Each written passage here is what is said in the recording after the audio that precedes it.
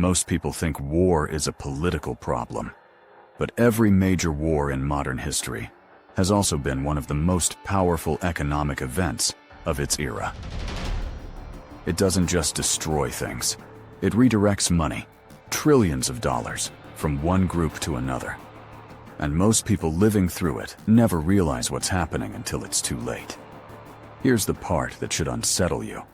Wars have made some people extraordinarily rich, and they've quietly drained the savings and purchasing power of millions of ordinary people at the same time. Not through theft, not through fraud, through the system working exactly as designed. Think about the last time you filled up your gas tank and did a double take at the number on the pump. Or went to the grocery store and noticed that a cart full of food that used to cost you $90 now costs $130. You didn't change your habits.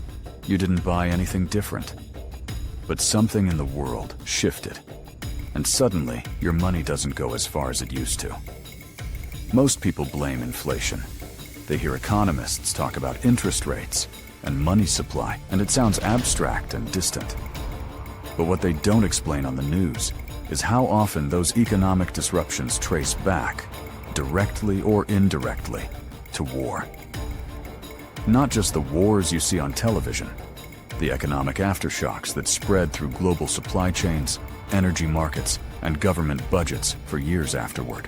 Here's the uncomfortable truth. War is not just a military event. It is an economic engine.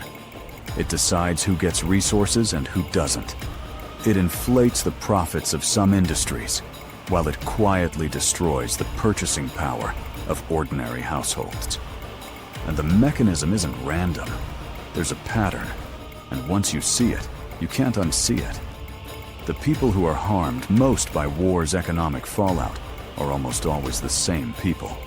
Ordinary wage earners with savings and cash, no assets, and no political access. The people who benefit are almost always the same as well. We'll come back to that. To understand how this actually plays out, consider a man named Noah. Noah is 41 years old and lives in Pittsburgh, Pennsylvania. He works in logistics. His company ships manufactured goods across the Midwest. He is not wealthy, but he is responsible.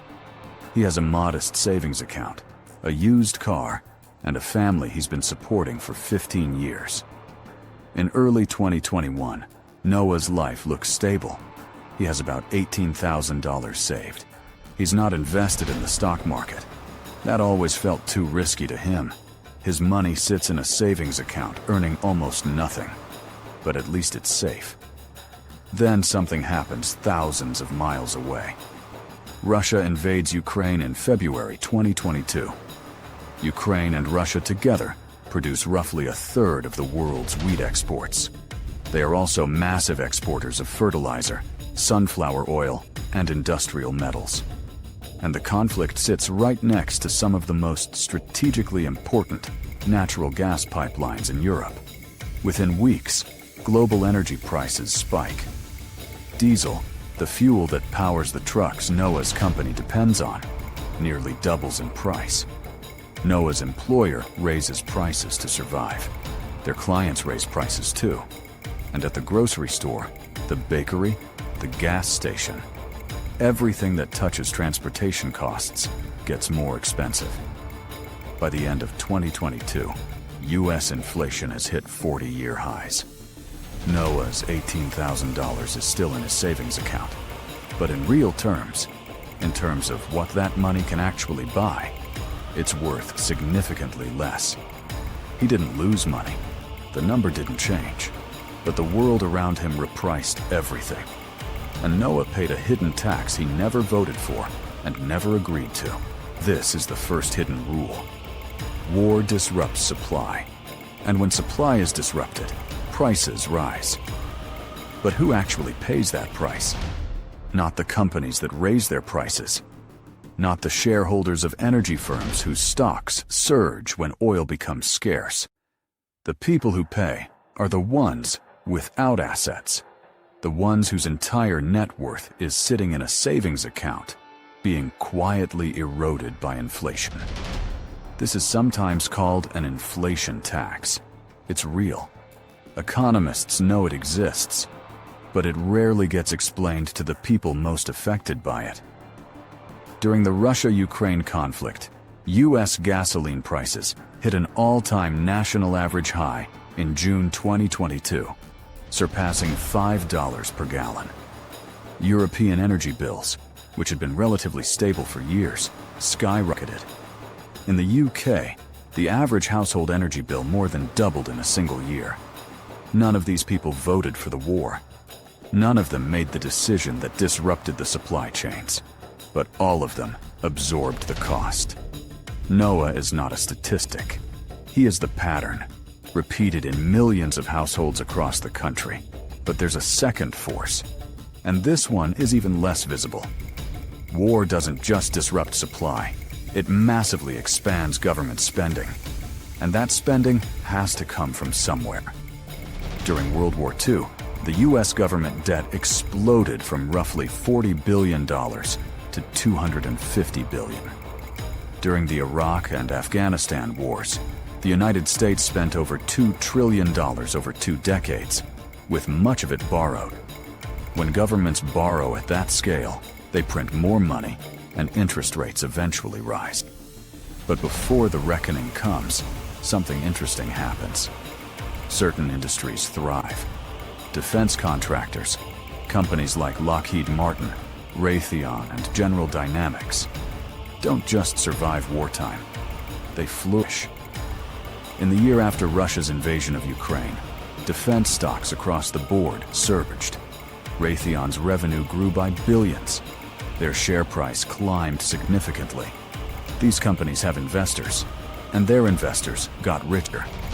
Meanwhile, Noah, who had no investments, no shares, no assets tied to industries that benefit from conflict, got poorer in real terms. He worked the same hours.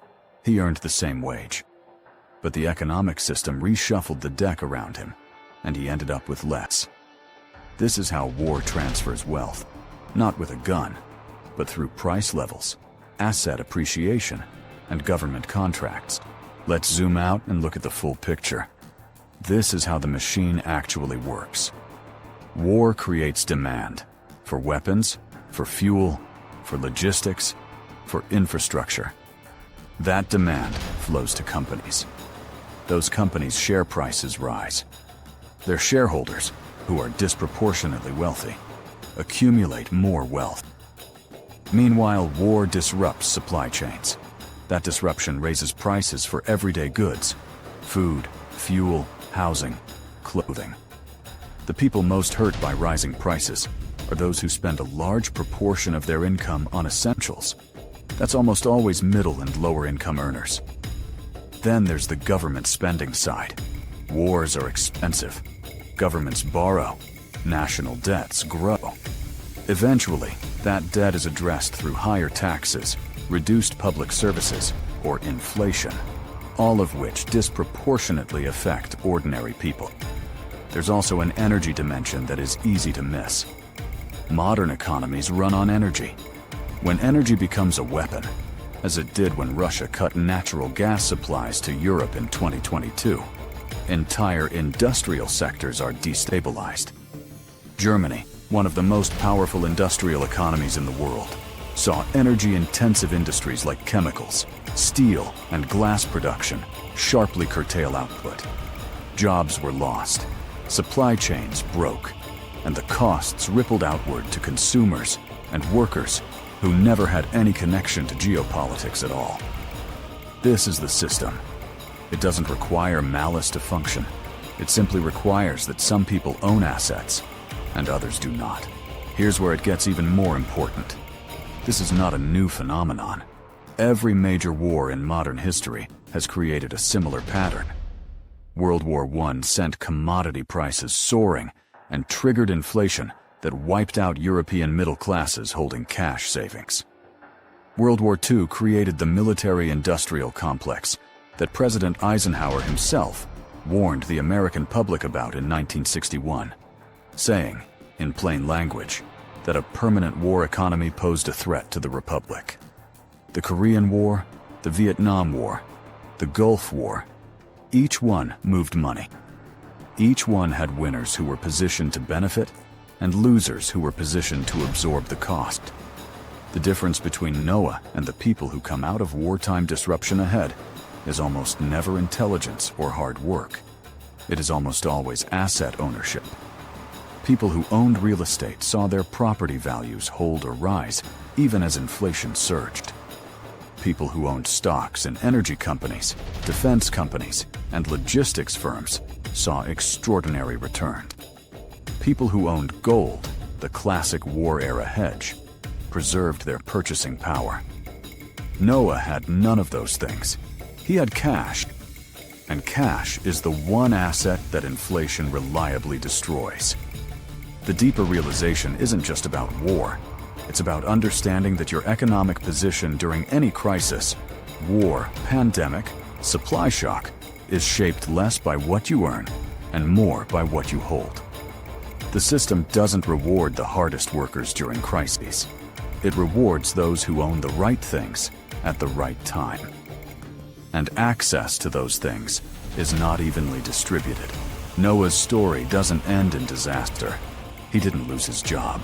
He didn't lose his home.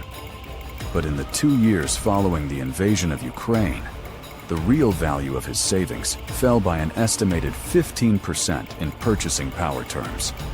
He worked for 15 years to build that cushion, and the global economy quietly trimmed it, not through his choices, but through forces he had no voice in shaping.